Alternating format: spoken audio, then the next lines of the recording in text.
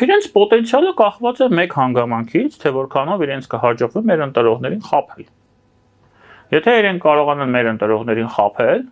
իրենց ձևով խաբել, այսպես ասեմ, դուք մնացած արդեն կհասկանաք, ուրեմն իրենք ունեն մեծ պոտենցիալ հնարավորություն ազդել Հայաստանում քաղաքականության վրա, որովհետև իրենց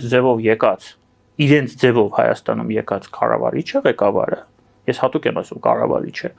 ինքը չի լինելու անկախ ինքնիշխան Հայաստանի ղեկավար։ Ինքը իրենց ձևով սպասարկելու է իրենց շահերը։ Սա է խնդիրը։ Այսինքն այս դեպքում